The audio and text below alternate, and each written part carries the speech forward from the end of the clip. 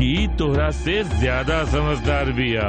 वो बात तो ठीक बा, कहीं ये ऐसो आराम अगर हमनी से छिन गई तो हमनी के हाल कुत्तों कौवों से बदतर हो जाए।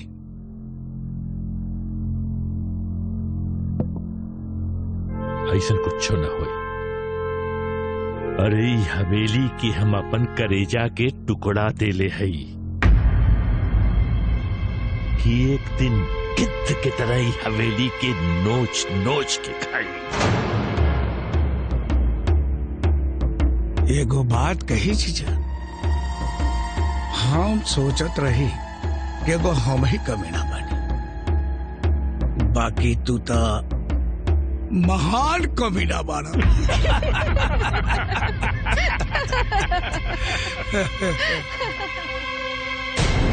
हे भगवान, हम गलत आदमी पर भरोसा कर लेनी। एकर ते मंसूबा कुछ और बा। ई हालत में ही बात हम जानकी के भी ना बता सकेनी। हमरा के वसीयत फिर से बनावे के पड़ी। ठीक बा, काले जाके हम वकील से मिला तानी।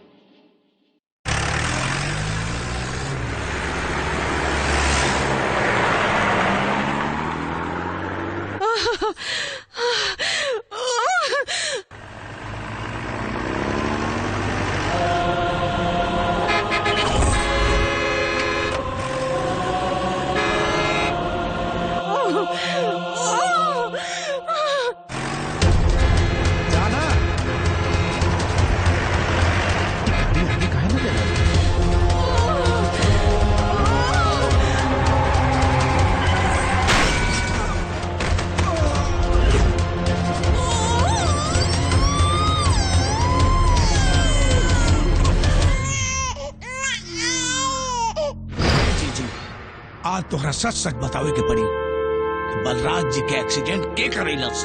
मिलाड, हम गीता पर हाथ रख के कसम खा के बोलतानी कि जौन कहब सच कहब। बलराज का एक्सीडेंट हम ही करवैली।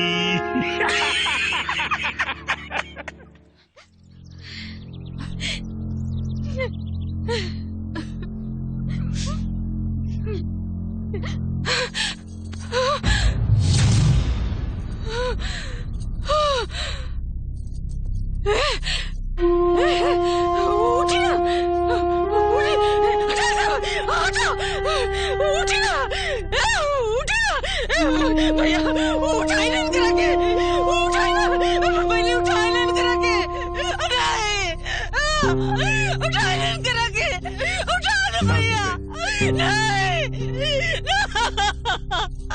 उठाई ना। कैसन कुलच्छनी के पैदा कर जो पैदा होते ही अपन बाप के खा गए। तू ठीक कहता रू, कुलच्छनी हमारा मालिक के खा गई। अगर चिंता रही तो न जाने कितना लोगन के खाई।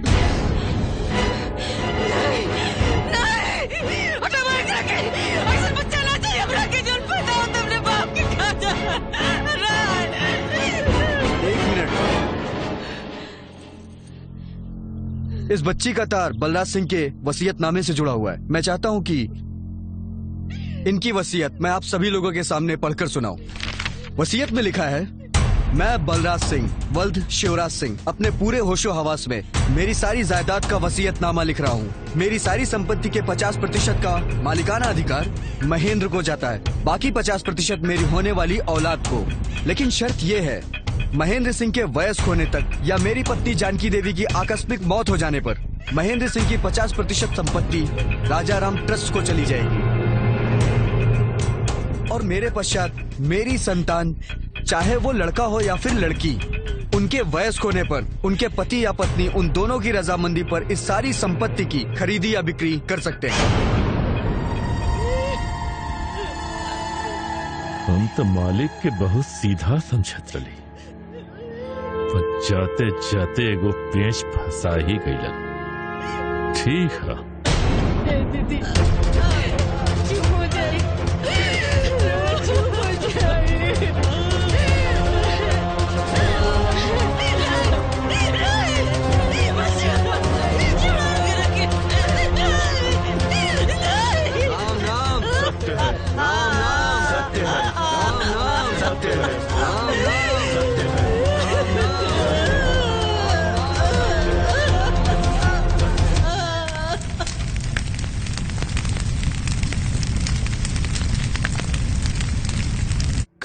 के पता चल जाए कि हमनी के मरले वाली सर फोकट में जेल में हमनी के चक्की पीछे के पड़ जाए।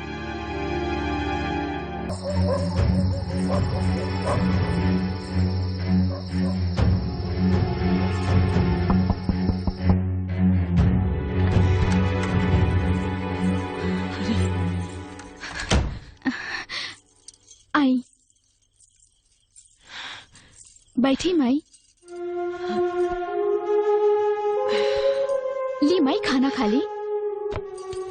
काहे खातिर हमरा बदे ई सब कराइलो? अरे कोनो बात नहीं खे।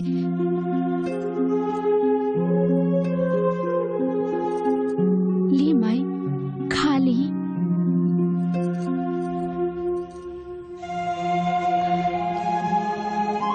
काहे खातिर करत हुई कुल बिटिया? ना कोनो देख लिया तो बहुत दिक्कत हो जाई। कुछो ना होई माई, कुछो ना होई। बहू आपन काम से काम रखल कर। दोबारा ऐसा गलती कैलो नु तो इहे कमरे में तोरा के बंद कर दे, समझ लियो? चल जाओ यहाँ से, जाओ।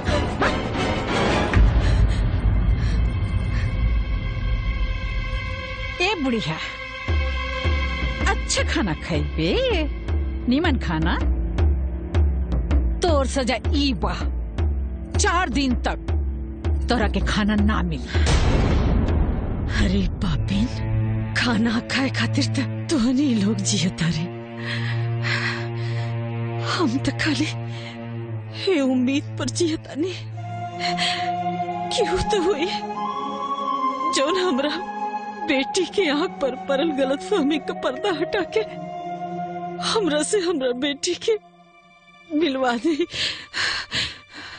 का यार, ऐसा पहला बार भइल कि हम सलमान खान के फर्स्ट डे फर्स्ट शो ना देख पानी है, और ये सब तू लोग के करनी है। हम कहले रहनी ना एडवांस बुकिंग कर लोग टिकट के।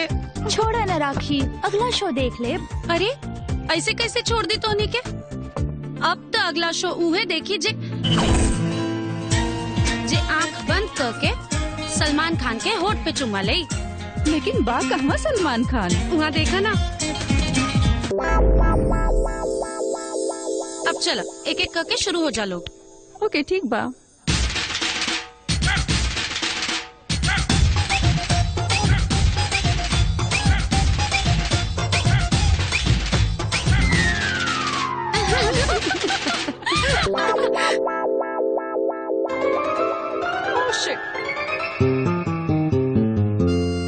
अब माय चांस।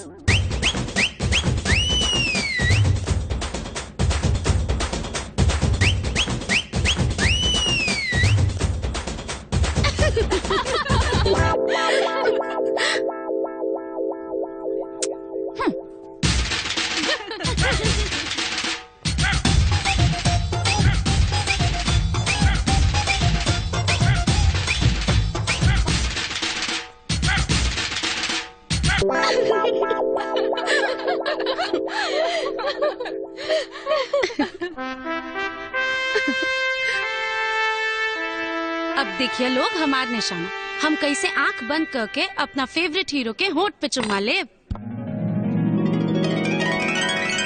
के कहा चली गईलू ओ भाई, शादी अभी याद आई भइलो भाई, पोती पोता कुछ न खेलवलू ओ भाई। अरे चुप, भाषण बंद कर। जिंदा बानी हम, पंखा साफ करतानी, उतार नीचे। अरे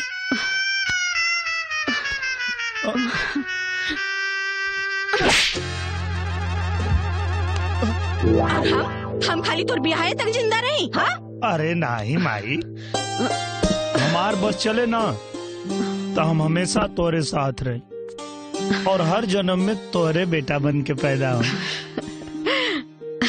अच्छा अच्छा, ज्यादा लाड़ मत कर। हाँ, और एक रे संगे बैठक बाजी मत कर। आज कसरत करे ना गईला? हाँ, अरे माई आज कसरत में 10 किलोमीटर साइकिल चलाई। ए पार्टनर, हाँ तू तनी साफ सफाई करवा दे माई के साथ है। ठीक है? गलती हो गई। फांसी ले लेनी। चल होने झाड़ू लगा। भाई देखा हीरो के। पागल है का? अरे हट सामने से।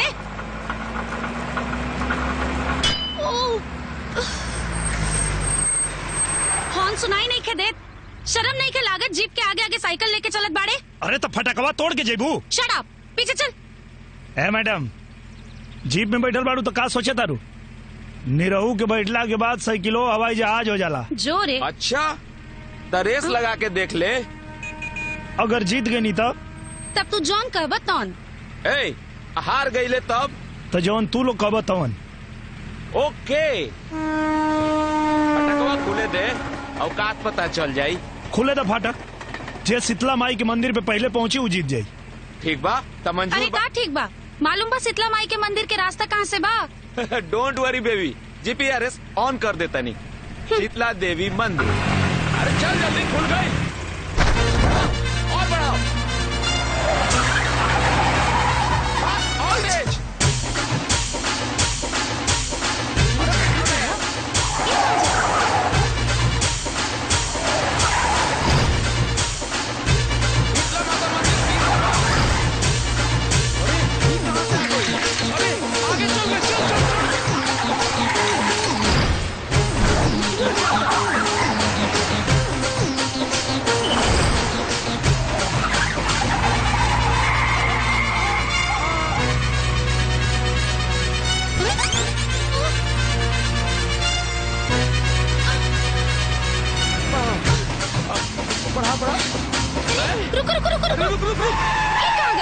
शॉर्टकट गई बा। ड्राइवर गाड़ी पीछे ले। अरे ये रास्ता ठीक नहीं के। अरे जीपीआरएस ऑन कैले बानी, सब रास्ता ठीक बा। 1 किलोमीटर रह गई बा। गाड़ी पीछे ले और अरे घुमाओ। समझो भैया। अच्छा ठीक बात। अरे पीछे ले, हम कहता नहीं पीछे ले।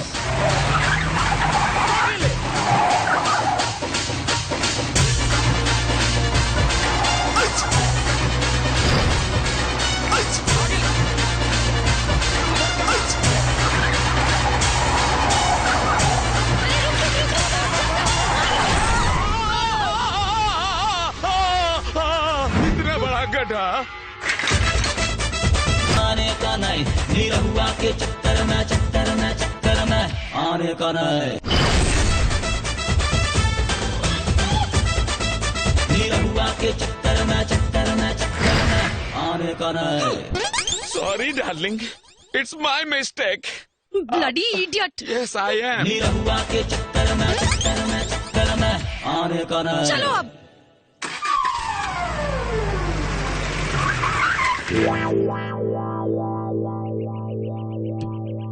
शहरी बिलार लेखा फूका मत।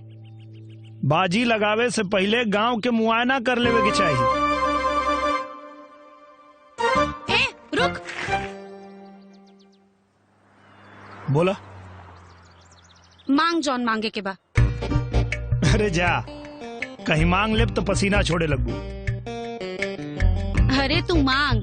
भिखारी के भीख देला से धन घटेला ना और बढ़ जाला। अच्छा, भिखारी के बड़ा गलती कर देलू। अब ऐसा चीज मांगब कि पसीना की जगह कुछ और छूटे लगे। हमरा के दे, आपन परिचय मत दे। अच्छा तो एक काम करा, हमरा माई के पतो बन जा तो हर मांग हिजे ठीक देता नहीं। शादी बियाह हैसियत और औकात देख के होला। हमरा खातिर हमार भैया इनकरा के चुनले बाड़न।